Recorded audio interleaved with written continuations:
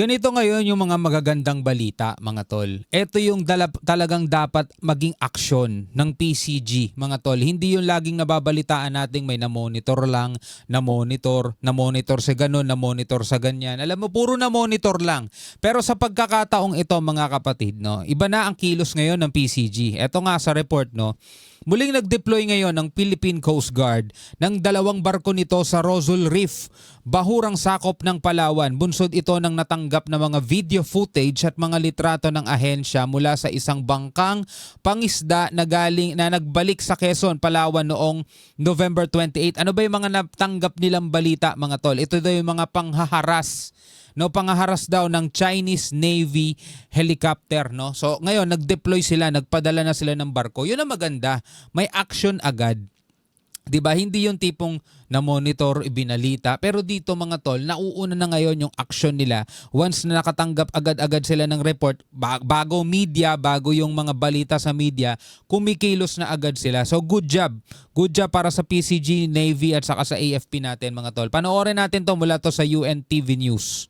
Muling nag-deploy ngayon ang Philippine Coast Guard ng 2 barko nito sa Rosal Reef, bahurang sakop ng Palawan. Bunsod ito ng natanggap ng mga video footage at mga litrato ng ahensya mula sa isang bangkang pangisda na nagbalik sa Quezon. Ito yung bangkang pangisda natin, mga tol.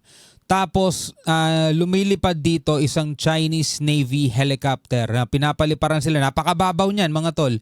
Kaya yung hangin niyan talagang ibang klase rin. Palawan noong November 28. Nakita sa naturang video footage ang mga larawan at ang manoy pangaharas ng isang Chinese Navy helicopter sa mga bangkang pangisda ng mga Pilipino sa Rosal Reef. Yeah, Rosal Reef, no. Ayan ay isang ebidensya, mga tol, na pwede rin talaga nating gamitin once na i-arbitrate ulit natin itong ginagawa ng China. At maganda nga yan, nakukuha na ng mga ganitong klaseng video, diba? Para wala talagang lusot, mga tol. Kasi mahilig lumusot tong mga to, mahilig silang magpalusot eh. So eto, meron tayong mga video, mga totoong kuha at hindi katulad nung sinasabi nilang minamanipulate lang daw natin yung mga video natin. Biruin mo minamanipulate lang daw natin. Yun ang paratang nila sa atin saka sa mga media.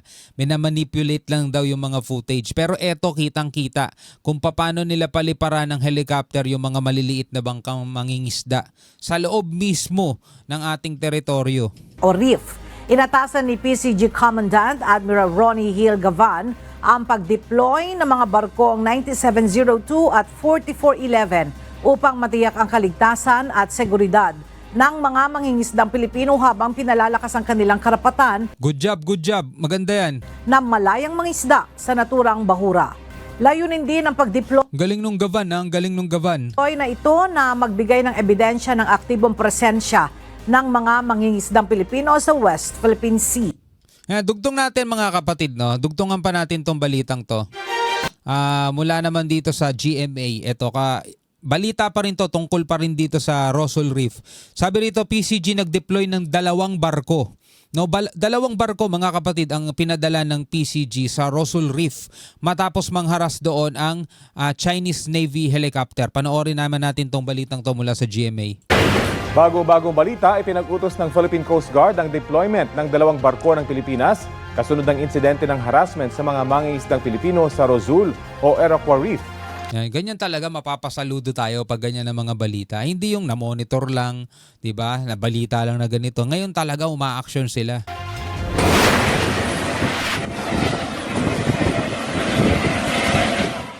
Biruin mo itong helicopter, oh. Ayon kay Philippine Coast Guard spokesperson on West Philippine Sea Concerns, Commodore J. Tariela, kasunod yan ang natanggap nila noong November 28 na mga larawan at video ng pangaharas sa mga mangingisdang Pilipino ng isang helicopter ng Chinese Navy. Bilang tugon, idineploy ng PCG ang BRT Melchor Aquino at BRT Cape Engaño para matiyak ang kaligtasan ng mga mangingisdang pumapalaot doon. Alam mo, kayang-kaya naman to ng PCG talaga eh. Kung marami lang talaga tayong asset, yung mga namomonitor natin ng mga Chinese research vessel na pumapasok sa east side ng ating bansa, dito halimbawa sa may Philippine Rice, o kaya etong 3 barko ng China na namonitor, mga tol, na pumasok sa EEZ ng Pilipinas dito sa kanang bahagi, no, dito sa kabilang bahagi ng Pilipinas, mga tol. 'Di ba? Kung marami lang sana tayong barko, kung susuportahan lang sana ng ating gobyerno mga tol at magfo-focus sila sa bigay ng pondo sa ating DND sa PCG ng pambili ng mga panibagong asset natin at hindi puro pamumulitika lang ang inaatupag nila mga tol. Kayang-kaya ng PCG natin na magpadala agad ng barko. 'Di ba? Kayang-kaya nila mga tol. Ngayon, kulang tayo sa asset. Anong ipapadala nilang barko? Di-monitor na lang talaga muna, 'di ba? Pero ito, good job talaga sa PCG natin. Pagtitiyak ng PCG, patuloy nilang pinoprotektahan ang karapatan ng mga mangingisda at pinangahawakan ng sovereignty at maritime jurisdiction sa West Philippine Sea.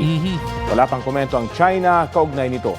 Nako, nag-iisip pa sila kung anong pambabaliktot na naman ang gagawin nila. Samantala, kinumpirma rin ng PCG na may isang Russian attack submarine na nakita sa West Philippine Sea. Inirefer na nila ito sa Philippine Navy. Okay. So, kaugnay naman yan, yung Russian attack submarine naman mga tol, no, na binigyan natin ng reaction video. No? Ito, may balita naman dito sa PTV. Ito ay agad daw na inescortan. No, sabi rito, Russian submarine na namonitor sa West Philippine Sea agad na inescortan ng BRP Jose Rizal ng Philippine Navy. Naturang submarine wala na daw sa EEZ ng Pilipinas ayon sa National Security Council. Ganyan dapat. 'Di ba? Ganyan dapat mga tol, yung mabilis na aksyon bago yung magpa-media, bago yung mag-press conference, may action agad. So eto, nung na-monitor na Russian attack submarine na na-monitor daw sa West Philippine Sea, sabi rito, agad na inescortan. No? Kumbaga, inescortan siguro papalabas ng exclusive economic zone natin ng BRP Jose Rizal ng Philippine Navy. So panoorin natin to mga tol. National Security Council iniulat na wala na sa ating exclusive economic zone ang na-monitor na Russian attack submarine. Again, no, saludo sa ating Philippine Navy sa mabilisang aksyon at good job sa inyo mga sir. Ang kabuang detalye niyan sa sentro ng balita ni Patrick De Jesus live. Galing, no? Galing! Naomi, ayon nga sa Philippine Navy, kaagad ineskorta ng kanilang barko na BRP Jose Rizal ang isang Russian submarine na namonitor sa West Philippine Sea. Namataan ang naturang Russian attack UFA 490 submarine noong November 28, 80 nautical miles mula sa kanlurang bahagi ng Cape Calavite sa Occidental Mindoro. Minonitor din ang aktibidad ng Russian submarine ng idineploy na aircraft ng Philippine Navy. Sabi ng Armed Forces of the Philippines, sumagot naman sa radio communication ang crew ng submarine ng Russia. Hinihintay lamang daw nila ang pagbuti ng panahon bago magpatuloy sa kanilang paglalayag patungo sa Vladivostok sa Russia. Pagbuti ng panahon na kanang yan. Submarine to di lumubog kayo sa ilalim kung masama ang panahon. Well, tuloy na lang natin to. Ayon din sa National Security Council, naging maayos naman ang koordinasyon ng Russian submarine at wala na ito ngayon sa EEZ ng bansa. Good job talaga. Good job sa ating Philippine Navy. Sinabi niya na galing siya ng PASEX exercises with the Royal Malaysian Navy sa Kota Kinabalu sa Malaysia, and on the way na siya pabalik sa kanyang naval base sa Vladivostok. Okay, so napadaan lang siya. Well, ito namang lugar na dinaanan niya, ito naman high seas. Hindi naman talaga siya actually teritoryo natin. High seas yun. So pwede naman talaga siyang daanan ng mga barko. In fact, daanan talaga yung mga kapatid, no? Daanan talaga to ng iba't ibang mga barko, mga trade sa ating daigdig, mga tol. Daanan talaga yan. Pero syempre, ito kasi attack submarine to di ba? Tapos 80 nautical miles pa, napakalapit. No? Okay. At sinabi niya na inaantay lang niya na gumanda yung panahon. Kaya siya nag-surface, no? At ipapaalam niya sa atin pag ready na siyang bumalik sa Russia, no? Sa Vladivostok. And eventually, nung kinahapunan ay nagpaalam din siya. Naomi, wala rin daw anumang illegal na aktibidad na na-monitor mula sa Russian submarine. Okay. In the same manner, pag ang ating mga barko naman, for example, napunta sa ibang bansa at dumaan doon sa exclusive economic zone ng ibang bansa, they are also given the right of freedom of navigation. and innocent passage. Basta wala naman silang ginagawang mali or labag sa mga batas ng bansang yun. China lang talaga hindi mo makikitaan ng ganyan, no? Yung mga freedom of navigation, nakanang yan, pag dumaan ng barko mo, harangin nila, banggain ka pa nila. 'Di ba? Okay, tamo yung mga mangingisda natin, mga tol, nagpalipad agad sila ng ano nila, ng Chinese Navy helicopter nila.